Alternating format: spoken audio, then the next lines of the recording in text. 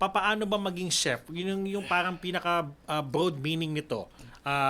Chef Ray, kaya mo ba paliwanag sa Iniisip amin? ng iba madali eh. Mhm. Pero hindi eh. Paano yan? Malalaman mo na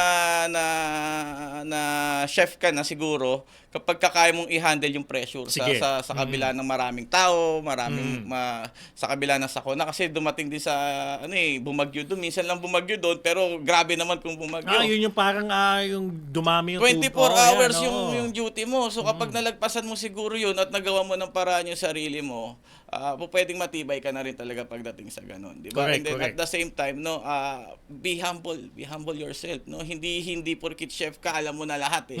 Ako po kasi is hindi ko pa din alam lahat. Manatiling nakatutok sa Abante, sundan kami sa aming mga social media accounts at huwag kalimutang mag-subscribe sa aming YouTube channel, DWAR Abante Radio, para sa mga eksklusibong balita. Ako po si Jigo Postolero.